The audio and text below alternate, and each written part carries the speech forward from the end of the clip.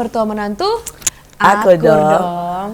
Hari ini tema kita adalah sandang dan pangan. Wah. Ya, itu kebutuhan sehari-hari yang semua orang harus punya ya. Makan dan baju. Nah, tapi kita akan bicara yang pertama dengan Putri Pangan se-Indonesia. Cantik sekali. Tapi yang satu adalah bagaimana bisnis sandang yang kecil tetapi sangat menghasilkan dan sangat menguntungkan. Saya berharap bahwa semua yang menonton bisa mengambil pelajaran baik untuk putri-putrinya atau untuk yang masih muda untuk mengikuti jejaknya atau yang mau punya usaha. Bisa mulai punya usaha karena kita tahu peluangnya masih sangat banyak. Wow, luar biasa.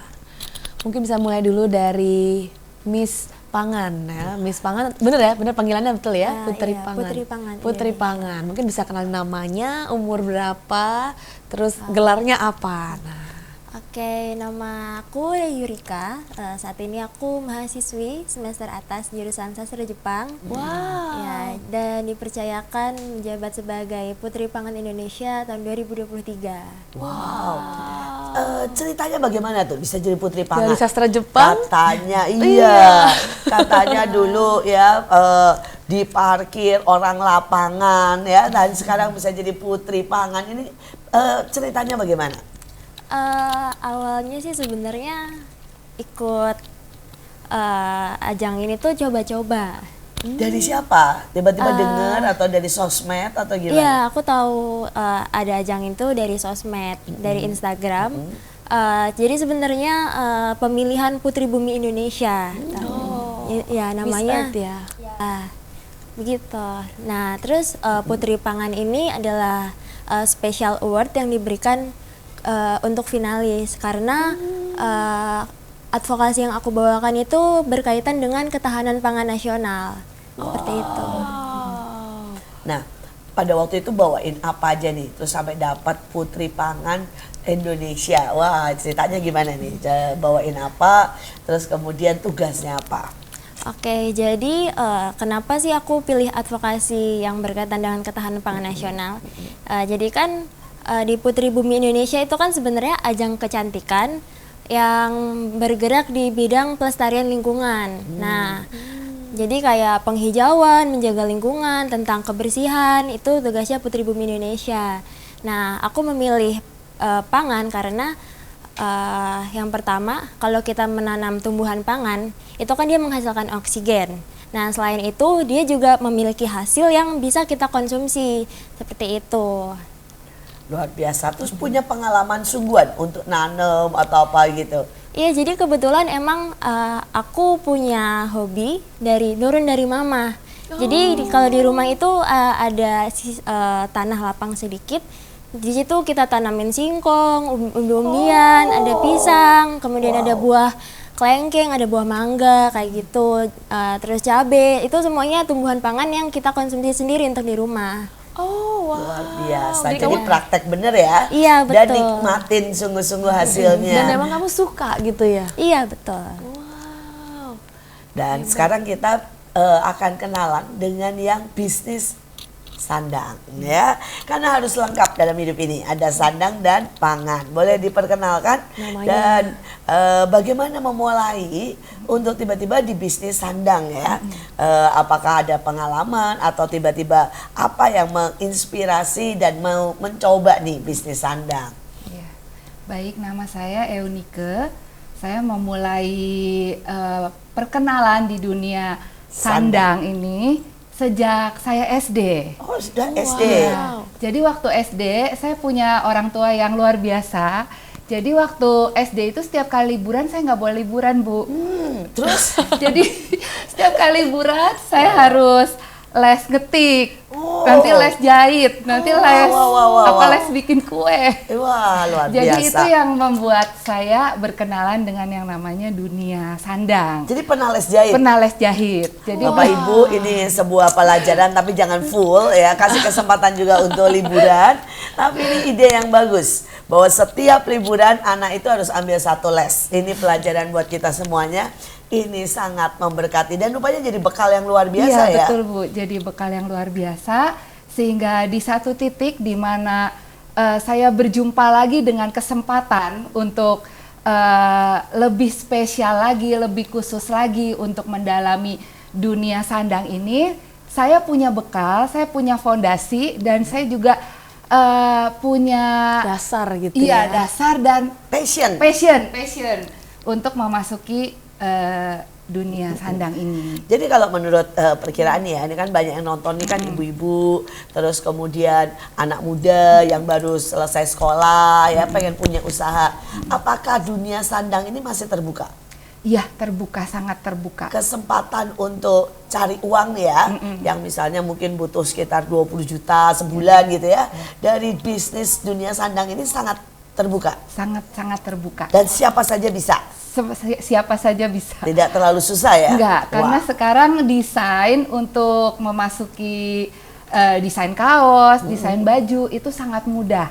Sangat banyak website, sangat banyak yang sekarang lagi marak AI ya Bu, Iya. yang Oh, bisa bisa ya? membantu untuk Wih, kita wih. bisa mendesain ini, sehingga kita bukan itu aja. Kadang kan kita nggak punya ide, kehabisan ide. Iya. Sekali lagi mari juga pakai semua perkembangan. Karena rupanya sekarang di sosmed dari pola sampai pada jualan kain ataupun sampai import ekspor sampai bikin desain ternyata tersedia ya. Iya.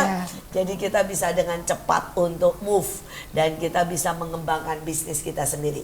Tapi kita akan kembali ke pangan. Nah, tugas daripada Putri Pangan Indonesia ini apa? Oke, jadi sebenarnya Putri Pangan itu tugasnya yang pertama menjaga ketahanan pangan nasional, kemudian kalau keterkaitannya dengan lingkungan ya Bu, jadi tempat pembuangan sampah di Bantar Gebang itu dalam satu hari itu menampung 8.000 ton sampah. Waduh, terus Putri Pangan harus tahu dia. Ya, Iya, itu. harus belajar. Ini bagian dari Putri ya. Dalam satu hari itu 8.000 ton sampah. Nah, dan 60%-nya itu sampahnya berasal dari limbah rumah tangga. Nah, limbah rumah tangga ini kebanyakan dari sampah sisa makanan itu. Oh, food waste gitu ya. ya. Food waste. Nah, jadi itu tugas kita untuk lebih bijaksana lagi mengelola makanan, membeli makanan, kemudian memasak agar tidak ada yang terbuang. Apalagi kan kita perempuan ya. Jadi itu sih lebih bijak lagi untuk mengolah makanan supaya tidak ada sampah itu tadi. Seperti itu. Kemudian berkolaborasi juga dengan Pemda, kemudian yayasan-yayasan yang memiliki concern yang sama di bidang makanan gitu. Luar biasa ya, luar biasa. Nah, ini cerita kembali pada waktu karantina, pada waktu sampai jadi. Coba mungkin cerita supaya siapa tahu ada yang pengen mengikuti. Nah, dan pengen juga bercita-cita, aduh saya jadi putri ini juga ya. Mungkin putri yang lain ya. Apa sih yang kiat-kiat yang harus disiapkan dan bagaimana sampai kamu mencapai titik ini? Kiat-kiat yang harus dia siapkan apa ya kira-kira? Karena aku juga sebenarnya ini aku pertama kali ikut pageant, ini benar-benar pertama kali. Mungkin kalau di karantina itu kita akan bertemu dengan perempuan-perempuan yang cantik-cantik lainnya, yang pinter-pinter lainnya. Jadi kalau menurut aku sendiri itu adalah kesempatan kita justru untuk belajar dari mereka. Jadi jangan Seperti sampai itu. ngerasa minder. Iya, justru jangan. Jangan bersaing gitu. juga ya.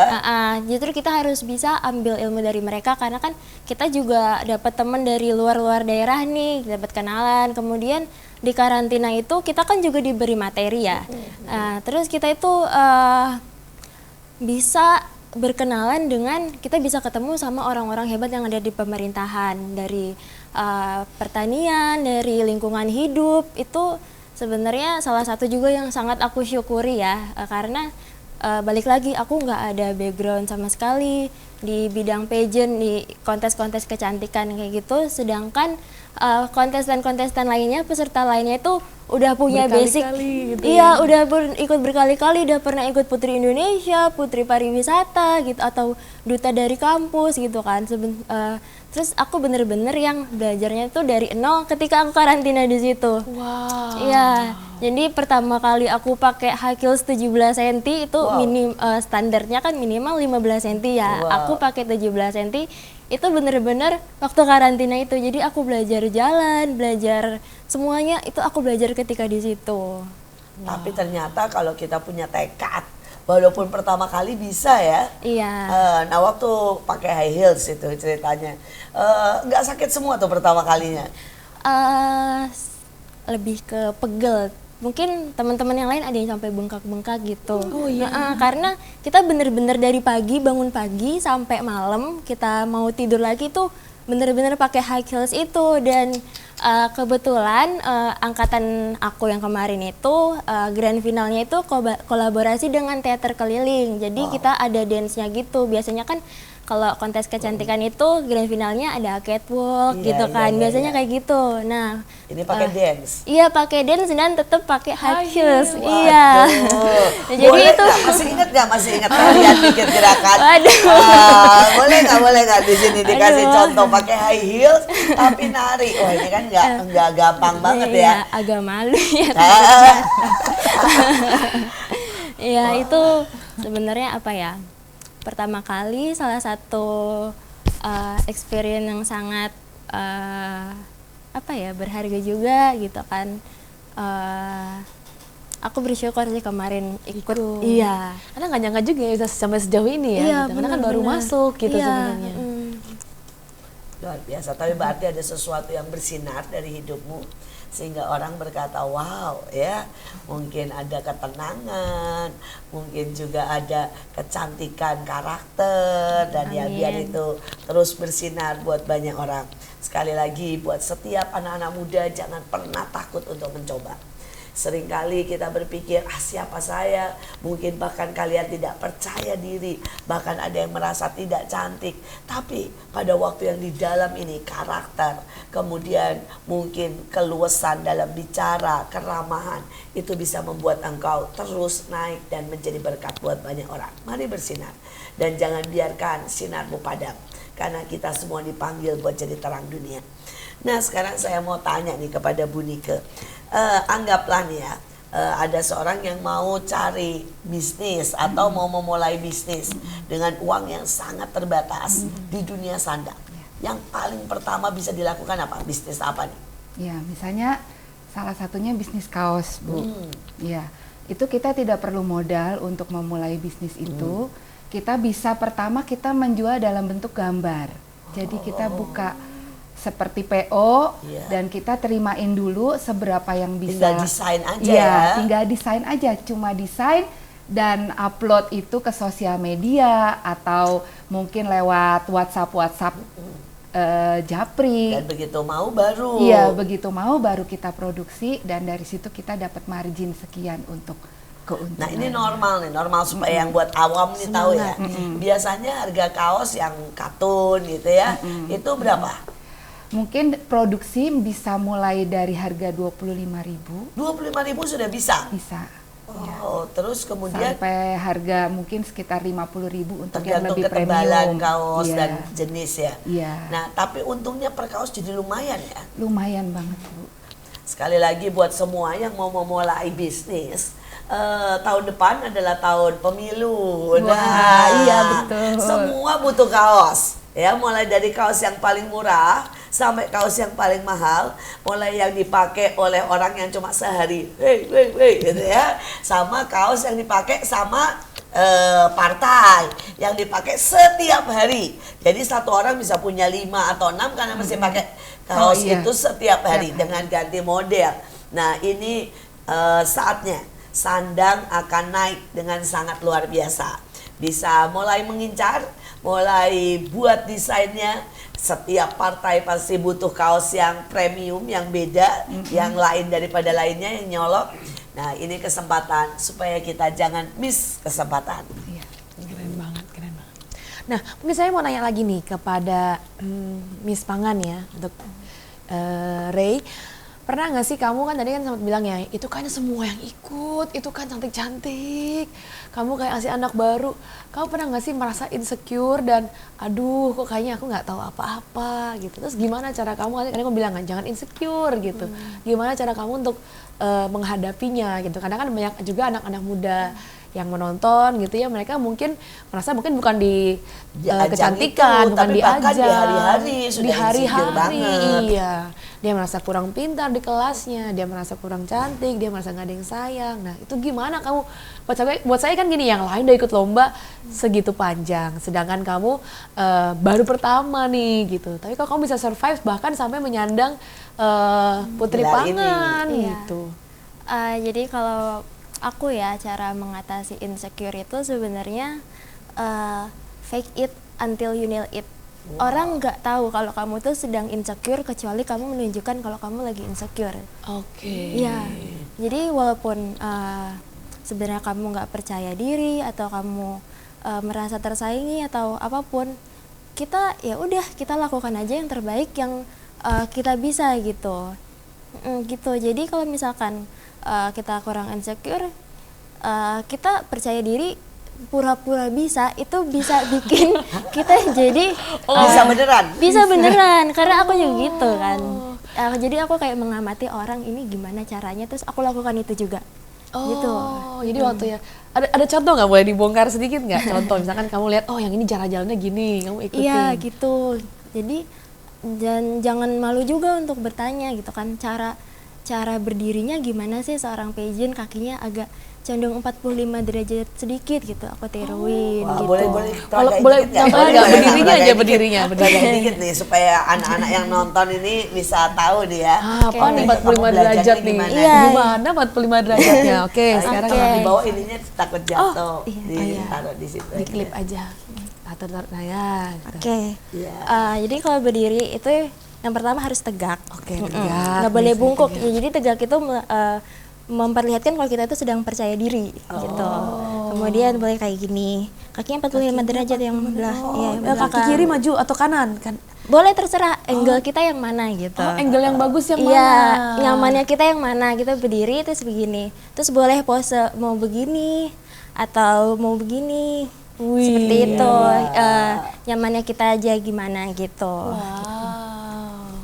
Jadi bahkan dari cara berdiri aja kamu sebenarnya nggak tahu gitu ya sebenarnya. Tahu cara duduk juga itu kan ada Oh, ininya. dimiringin gitu. Iya. Pada saat kita berani untuk belajar dan mengamati dan langsung meniru, Iya. ternyata itu membuahkan hasil. Ya. Balik sekarang kepada sandang ini ya.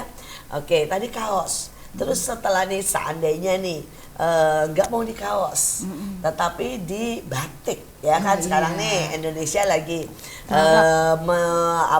memomolerkan batik. Gimana nih peluang dengan batik? Iya, banyak banget peluang di batik karena ini sangat digemari oleh begitu banyak orang yang ada di Indonesia, juga di luar negeri. Mereka sangat menghargai batik. Jadi waktu kita batik ini menjadi sebuah peluang yang cukup besar karena kita bisa mendesain batik itu sendiri dan kemudian ada sangat banyak di tempat mulai dari batik tulis, batik cetak, dan sekarang ada proses-proses printing kain yang sedang berkembang dengan sangat luar biasa sehingga kita bisa print apapun yang mau kita coba produksi. Contohnya ini seperti yang saya pakai, ini didesain di komputer dan kemudian langsung di print di kain. Langsung ya? Langsung, ada yang langsung di kain, ada yang kemudian di press. Oke, yang di print langsung di kain itu juga butuh berapa? Sehari langsung atau berapa jam langsung? Iya, beberapa jam sudah selesai. Itu kira-kira itu harga berapa? Harganya beraneka ragam, mulai dari 14.000 Wow. per Ukuran meter lari. Per meter lari. per meter lari. itu cuma 14. Ada yang 90 cm lebarnya, 110, 125, 150 Nah, itu. setelah itu bisa diteruskan Iya, ya. bisa diteruskan sampai yang premium yang sampai 100.000 ke atas kalau mau Dengan banyak warna. ya, dan Bahannya yang bagus. Wow. Jadi dunia sandang terbuka sangat luas. Setelah itu baru dijahit dan di Iya. model seperti ya antara anak muda atau kantor, buat pesta atau buat harian ya. Tapi itu saja sebenarnya kita bisa berkreasi buat diri sendiri Iya, ya. betul. Sepuas-puasnya sekarang ya, tidak ada yang menghalangi. Iya. Kalau dulu batik harus belajar sampai- lama-lama, sekarang banyak dengan cara seperti itu, Iya. printing. Iya. Luar biasa, luar biasa. Saya berharap setiap kita jangan berhenti berkarya dan jangan berhenti mencoba. Sekali lagi tadi berkata, ayo belajar. Kalau kita belum apa-apa sudah bilang tidak bisa, tidak mungkin, rasanya susah, ya kita tidak akan berkembang. Nah, banyak orang bicara soal desain, tadi ya desain batik nih ya. Apakah perlu komputer bagus untuk mendesain? Kalau sekarang nggak perlu Bu, bahkan dari HP pun kita bisa mendesain karena sangat banyak aplikasi, Dari website, HP. iya. Nah, boleh disebutkan misalnya nih kalau mau desain pakai HP ya, nggak punya komputer, nggak punya apa-apa, pakai apa nih aplikasinya? Boleh disebutkan Boleh ya, ya, Bu? boleh. Ya, Promosi kalau kok, saya nggak menjelekkan. Supaya belajar ya. Iya.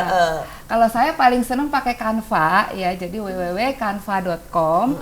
Di situ ada sangat banyak template untuk kita bisa pilih. Karena mungkin saya kalau kita kurang kreatif untuk pilih font mungkin yang bagus, yang cocok, itu bisa sangat menolong. Kalau seperti saya mungkin soal warna kurang-kurang dikit ya Bu.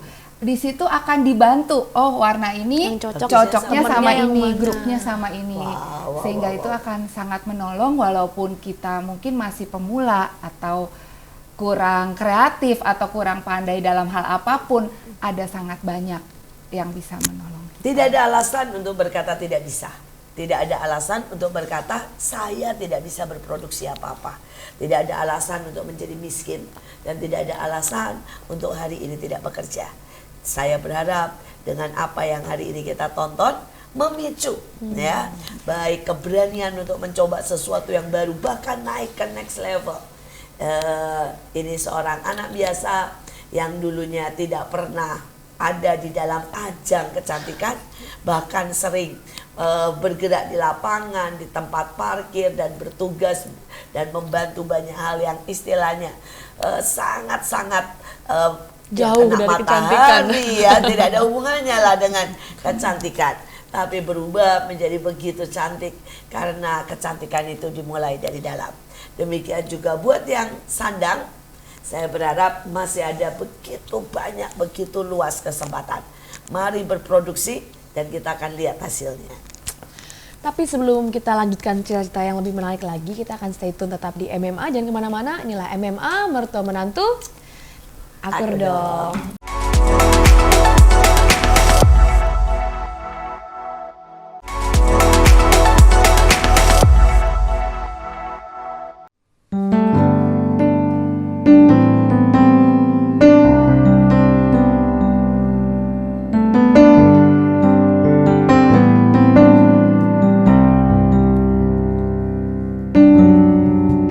Dari kejauhan tergambar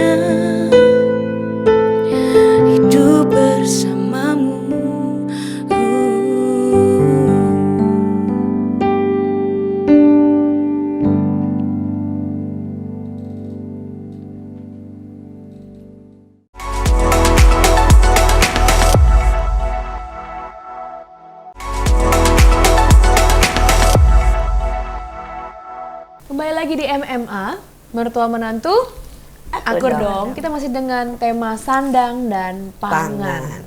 Mereka berdua adalah orang-orang yang menggeluti di bidang yang berbeda, yaitu tapi terhadap bidang-bidang yang sering kita dapati kesehariannya dan selalu kita butuhkan, selalu kita cari setiap harinya karena pakaian, makanan sangatlah esensial dalam hidup ini.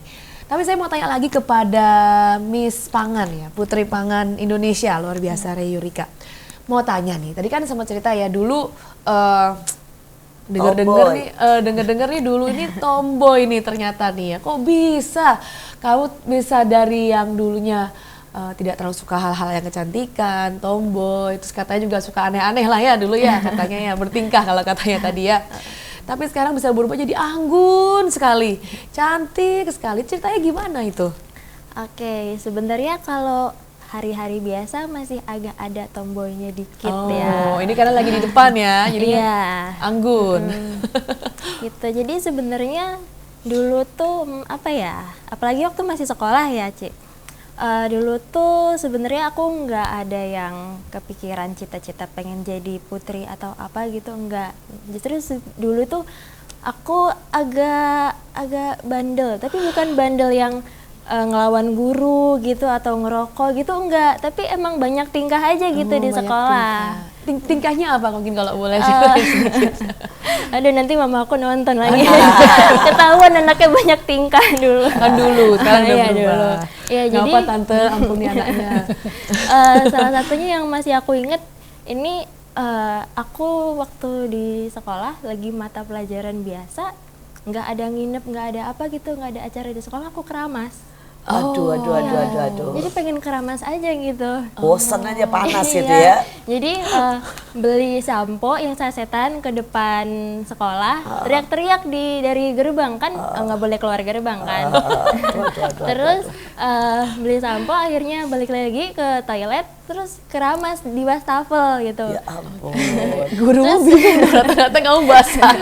Iya, terus apalagi kan dulu rambutnya lebih panjang lagi dari ini dan konyolnya nggak bawa handuk.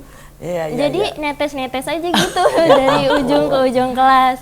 Nah kemudian ada salah satu lagi, tapi ini agak nakal sih. Agak nakal sih. Iya, jadi kan di sekolah aku lupa sih berapa minggu sekali itu ada perjamuan. Pokoknya dalam seminggu itu ada perjamuan. Nah, ini sebenarnya nggak cuma aku sih, ada teman-teman juga. Nah, kita tuh suka nimbun roti perjamuan. Ya ampun. Iya, agak berdosa sih. Agak berdosa itu. Iya, jadi karena waktu itu kan kelas 12 ya, 12 itu duduknya itu agak di bagian depan. Kemudian yang belakang-belakang itu adik kelas gitu. Jadi roti perjamuan itu kan dioper dari depan ke belakang. Iya, diambil di korupsi ya? Iya, jadi waktu masih di depan nggak nyampe ke belakang. Ya ampun. Jadi yang belakang-belakang tuh dipotek-potek. Nah, kita itu makan, kita nyampe nimbun segini gitu Ya kan. ampun. Iya, kayak sebenarnya aku tahu firman gitu kan, nggak boleh gitu. Tapi ya udah Oh, ini sekarang pengakuan dosa ya? Iya. Cuman waktu lagi seru-seruan gitu ada temen juga kan. Jadi itu parah lu, perjamuan masa itu yang lain belum dapet, nggak apa-apa buat sarapan, lapar gitu. Jadi roti perjamuannya buat Jadi sarapan. zaman dulu itu kalau pada kurang di bagian belah kita tahu nih. Iya. Mungkin guru-guru kalau ada yang nonton nih, anak muridnya masih ada yang kayak gitu, nah itu boleh boleh dicek dicek bagian bagian depan depan. gitu. Itu Banyak salah yang dipakai buat satunya. sarapan. Iya. Tapi rasanya itu dosa bersama deh, karena anaknya Kesia dari umur 1 tahun 2 tahun ngabisin roti Oh perjamuan. iya. Anak saya juga sama sih. Jadi juga ya itu dosa bersama lah. Kalau di gereja kan ada roti perjamuan di meja. Anak habis sama anaknya Kesia. Itu juga sama buat sarapan. Nah, luar biasa ya. Terus apa yang membuat kamu memutuskan untuk berkata, sudah deh mas sayang itu enough gitu ya. Terus kemudian cobalah saya mau memasuki masa yang berbeda. Itu apa yang membuat kamu tiba-tiba pengen?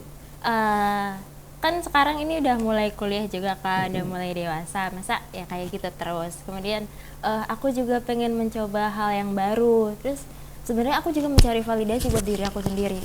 Karena aku kan mahasiswi jurusan sastra Jepang. Nah, mama aku itu dosen jurusan sastra Jepang juga. Iya, jadi ekspektasi orang-orang tuh sama aku Tinggi. banyak yang nanya, berarti kalau di rumah ngobrolnya pakai bahasa Jepang dong? Iya, padahal enggak, pakai bahasa Jawa di rumah. Gitu. Padahal aku tuh enggak, karena mungkin orang ngiranya karena ibunya dosen, anaknya pinter gitu. Padahal kan mungkin bidang orang berbeda-beda ya. Jadi aku mencari validasi untuk diri aku sendiri. Aku tuh pinter nggak sih? Aku tuh cantik nggak sih? Gitu kan. Karena standar kecantikan Indonesia sekarang harus putih, harus tinggi, harus bening gitu kan. Padahal cantik itu nggak cuma itu aja kan. Nah, jadi aku mencari validasi untuk diri aku sendiri karena seorang putri itu kan harus punya beauty, brave, and behavior kan. Jadi nggak cuma cantik, harus berakal budi dan juga harus berperilaku yang baik seperti itu. Jadi aku punya itu nggak sih gitu kan. Terus aku coba dan ternyata aku lolos. Berarti jadi pencarian validasi aku dapat gitu. Ternyata aku masuk kok standar itu gitu. Jadi sebenarnya dari insecure juga. Kemudian ternyata aku bisa gitu. Jadi sebenarnya kamu nggak berhenti di insecure gitu ya, cuma kamu belajar. Bahkan menurut aku gini ya, masuk nggak tahu tanya dan dia mau dengan sangat cepat untuk belajar gitu ya. Tapi yang luar biasa kalau buat saya, bagaimana kamu berkata bahwa cantik itu nggak bening, cantik itu nggak identik sama tinggi, nggak identik sama putih ya. Kecantikan itu begitu banyak. Saya percaya ada putri-putri dari Papua yang mungkin rambut keriting dan kulit gelap, tapi sangat cantik ya. Baik secara hati maupun secara brain, apalagi juga mungkin penampilan dia dengan sangat istilahnya eksotis ya. Karena banyak sekali di dunia ini sekarang yang mencari justru yang seperti itu. Pragawati-pragawati yang dicari kan justru yang punya sesuatu nilai yang berbeda gitu. Karena menurut saya berbeda itu indah. Nah, sekarang bicara soal berbeda itu indah. Kita nih kan anak-anak muda ini seringkali pengen baju baru ya, pengen apa itu tampil juga mewah, cantik. Nah, yang bergerak di sandang nih, gimana sih supaya dapat barang bagus tapi murah? Terus baju yang istilahnya, ini kayak dipakai Putri nih ya, keren, kreatif dan istilahnya modis, tapi nggak habis ya di kantong, nggak berat di kantong nih. Gimana nih caranya? Iya, kita bisa mulai manfaatkan dari nggak usah yang mahal. Kita bisa beli dari kain-kain yang murah, mulai dari harga 10.000. Wah, 10.000 tuh sekarang ada? Ada. Beli di mana itu baju dan sebagainya 10.000 tuh? Banyak ya? Wah, berupa kain ya Bu, berupa kain. Dan juga baju-baju ada baju yang kita bisa beli karungan. Mungkin itu produksi luar negeri. Bahkan produksi luar negeri ya? Iya, kita bisa beli dengan harga sangat murah, kemudian kita modifikasi sedikit menjadi sesuatu yang baru, menjadi sesuatu yang lebih menarik, bahkan unik. Tidak ada yang sama. Bahkan bisa jual lagi ya? Ya, betul Bu, bisa jual beli lagi. satu karung, terus kemudian bisa diproduksi, bisa jual gitu ya, tapi bisa dipakai sendiri yang bagus-bagus. Dan katanya kalau begitu, kalau untung nih, kalau sembari dengan doa kali ya, bisa dapat bahan yang merek ya? Iya, betul. Pernah nggak punya pengalaman buat jual beli kayak begitu? Iya, pernah. Pernah suatu saat ada kesempatan untuk ada yang menawarkan hal itu, saya pernah coba. Itu kita ternyata bisa dapat jaket yang merek, yang maksudnya bagus, dengan harga sekitar 20 sampai 30 ribu. Ya, dan mungkin jadi waktu beli satu karung belinya berapa itu harganya? Satu karung saya lupa, misalnya 5 juta atau berapa. Tapi di dalamnya itu ternyata barang yang bagus-bagus dan masih bisa untuk kita jual kembali. Bahkan kita pakai sendiri. Dan jadi ada dapat berapa piece kira-kira nih ya? Kalau 5 juta itu dapat berapa banyak tuh? Sekitar 300. 300? Iya. Wih. Mulai dari sweater, celana, itu ada satu bal seperti itu. 5 juta dapat 300 dan bisa sangat bermacam-macam. Iya. Itu dijamin nggak rusak tuh? Atau Nah, itu butuh ketepatan. Butuh ketepatan dan pengalaman untuk jangan sampai zonk, karena banyak banget juga yang dalamnya cuma kain-kain perca. Oh iya? Wow. Caranya ada tips nggak untuk supaya jangan song gitu ya. Oh iya. Ada tip-tip nggak gitu ya untuk tidak kena yang seperti itu? Iya, saya belajar dari beberapa orang ngobrol-ngobrol. Ternyata ada kode-kode tertentu yang kita harus tahu sehingga kita tahu dalamnya itu barang yang layak untuk kita pakai dan layak kita jual kembali. Oh, sebenarnya ada kodenya Ada ya. kodenya, Nggak iya. mungkin lah orang begitu tidak ada kodenya. Jadi kalau yang tidak mau belajar pakai begitu ya gawat ya, Iya, bisa kena kain masalah. perca itu. Iya. Wah, tetapi kesempatan itu rupanya sangat terbuka.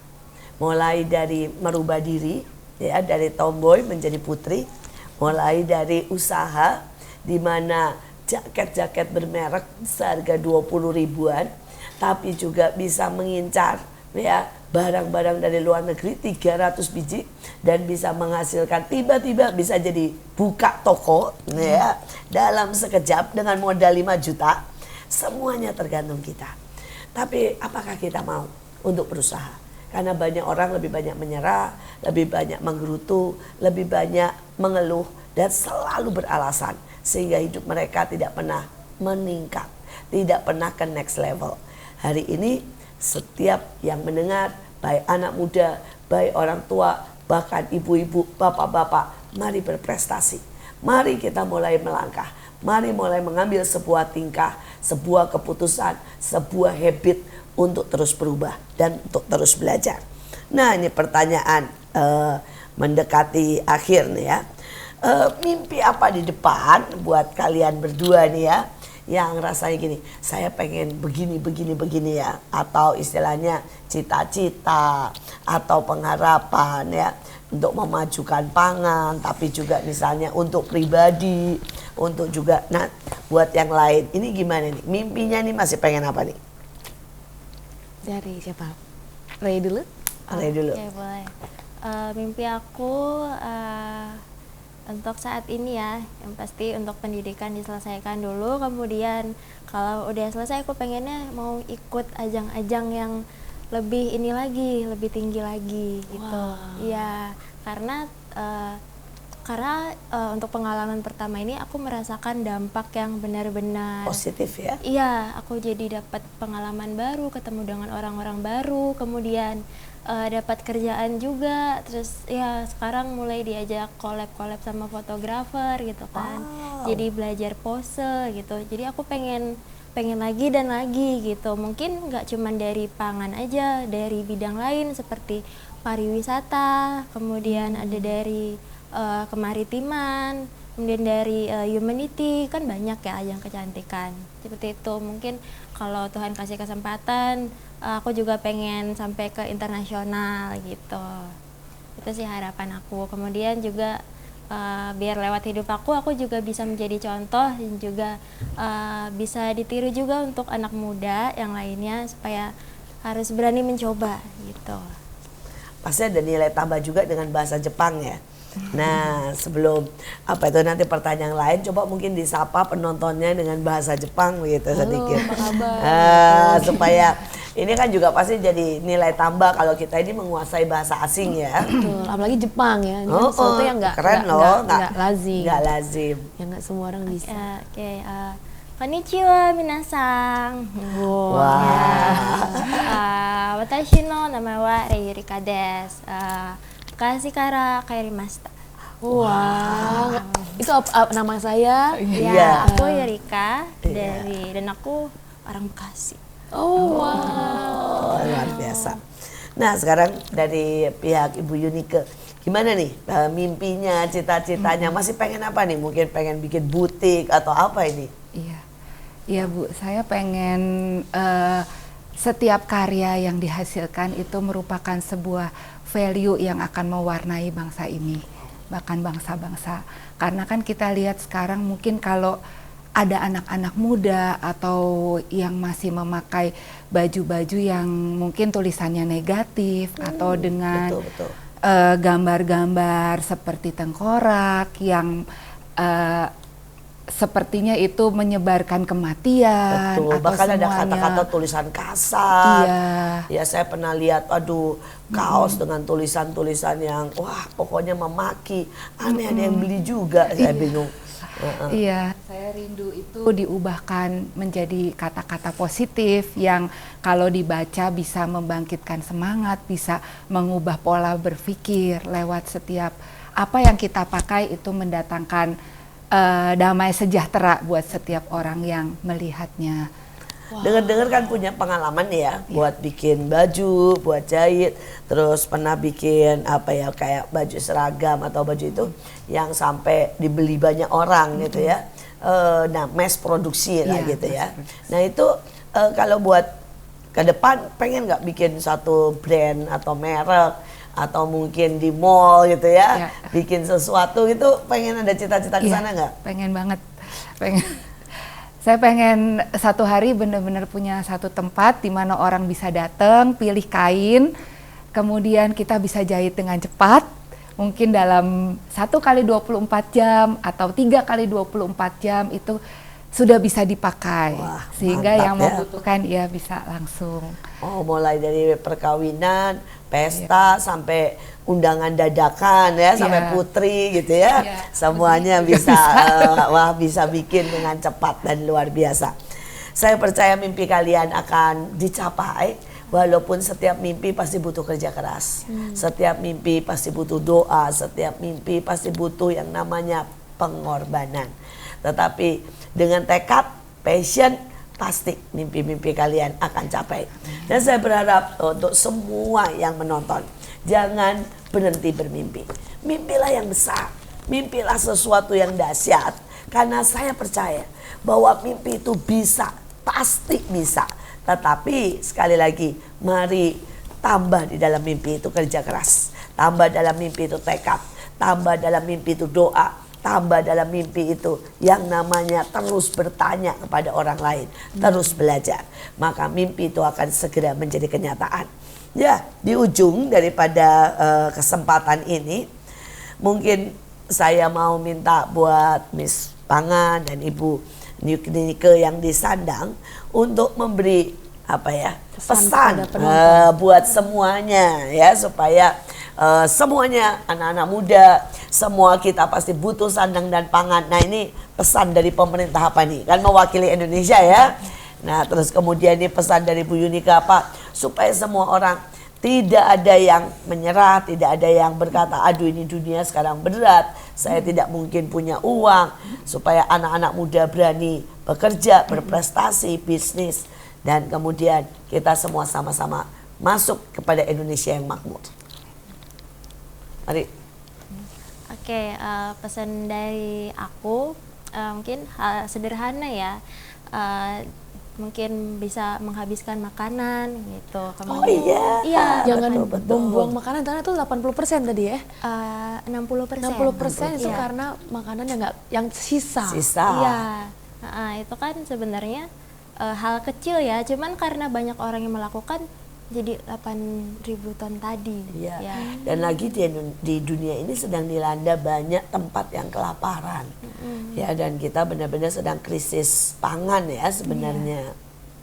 Terus apalagi? Ya, kemudian kalau mungkin di rumahnya ada lahan yang bisa digunakan gitu, kayak di rumah aku mulai menanam tanaman kayak mungkin cabai gitu. Nah, itu kan pasti kebutuhan dapur perlu ya. Nah kalau di rumah aku bisa tinggal petik gitu mau masak. Enak ya. Iya. Dan juga tanaman lainnya yang perawatannya mungkin nggak susah.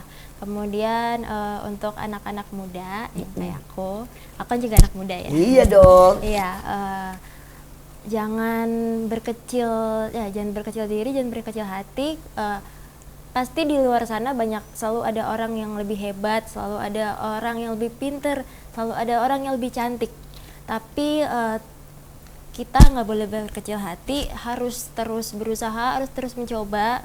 Karena kalau kita nggak mencoba, kita nggak bakal tahu hasilnya seperti apa di masa depan gitu. Karena rencana paling buruk adalah rencana yang tidak dilakukan. Gitu. Pokoknya kita berusaha aja gitu melakukan yang terbaik, dan tentunya dengan pertolongan Tuhan. Amin, amin, luar biasa. Sekarang Bu Nike, mari. Buat semuanya, mulai dari yang paling kecil ya, mungkin kalian masih SD, mungkin kalian remaja, bahkan ibu-ibu atau mungkin yang sudah punya cucu, masih tetap bisa untuk bergerak di sandang. Sebab ini adalah dunia yang sangat luas yang bisa kita berproduksi, kita bisa pasarkan, kita bisa berkarya. Setiap ide-ide yang kita punya, kita bisa memberkati orang lain dengan sandang ini. Jadi jangan berkecil hati, ini adalah bisnis yang sangat mudah yang bisa dilakukan oleh siapapun. Yang penting beranilah untuk memulai, karena kita tidak akan pernah bisa berhasil tanpa kita memulai. Dan berani, bahkan berani untuk salah, berani untuk gagal, pasti ada waktunya kita akan menuai semua yang kita tabur. Satu lagi juga kita berani untuk diketawain mungkin iya, ya. Nah, soalnya kebetulan saya kemarin di pesawat lihat Pierre Cardin. Terus kemudian dia laki ya. Dan kemudian pada waktu itu belum biasalah laki ke urusan seperti itu. Dia memulai dengan menjahit baju-baju boneka. Jadi dia setiap kali lihat baju boneka, setiap lihat boneka-boneka dia berkreasi lah dengan apa yang ada, kain perca dan sebagainya ya. Dan dia diketawain, disebut anak aneh, disebut orang gila, disebut rada-rada gitu ya. Tapi dia terus setelah boneka dia kemudian bajunya sendiri. Setelah bajunya sendiri dia ke baju orang-orang yang mau lah di sekelilingnya, adiknya dan sebagainya. Dan kita tahu hari ini dia sangat mendunia ya. Dan orang berkata dia benar-benar pemegang desain, pemegang merek, kaya raya dan sebagainya, bahkan punya museum, seperti itulah. Pokoknya sebuah perjalanan panjang yang diakui dunia. Jadi ya sekali lagi, kadang-kadang kita juga harus tahan mental ya, maksudnya tahan banting lah, diketawain dan gak lazim hari itu anak laki itu desain ya, bukan penjahit tuh. Kalau penjahit malah nggak apa-apa, dari dulu ada, tapi desain yang aneh-aneh itu zaman itu belum biasa. Ternyata toh terobosan membuat dia menjadi orang yang sangat besar hari ini. Sekali lagi jangan menutup kemungkinan akan banyak hal, karena kita percaya ada banyak potensi yang bisa dikerjakan. Entah itu lewat sandang, entah itu lewat pangan, bahkan waktu kita mengukur makanan kita setiap hari, ternyata itu mengurangi dari yang namanya dampak sampah dunia. Sampah hanya di Bantar Gebang saja, mungkin hanya Jabodetabek ya, yang membuang sampahnya ke Bantar Gebang, itu sudah bisa mengurangi 60% dari sampah, limbah sampah yang mungkin susah untuk diurai, susah untuk dikerjakan, susah untuk dibereskan. Jadi mungkin dari hal yang sangat simpel, dari hanya makan, ukurlah hidupmu setiap hari. Jangan pernah berhenti dari barang yang tidak terlalu mahal, dihias, bisa dijual lebih mahal lagi. Bahkan barang bekas. Bahkan barang-barang bekas itu masih sangat bisa dikembangkan. Mari kembangkan semuanya, mari kembangkan segala hal. Sekali lagi, quotes yang sangat bagus, rencana yang buruk adalah rencana yang tidak dilaksanakan. Jadi jangan takut untuk melangkah, jangan takut untuk mengambil langkah, dan jangan takut untuk mencoba. Gagal itu bagian dalam mencoba. Jadi tetaplah produktif, tetaplah semangat, kerjakan segala hal dengan sukacita. Inilah MMA, mertua menantu, akur dong. Jangan lupa untuk like, komen, dan subscribe YouTube kita Asia Zahra, dan stay tune untuk episode-episode selanjutnya. Sampai jumpa!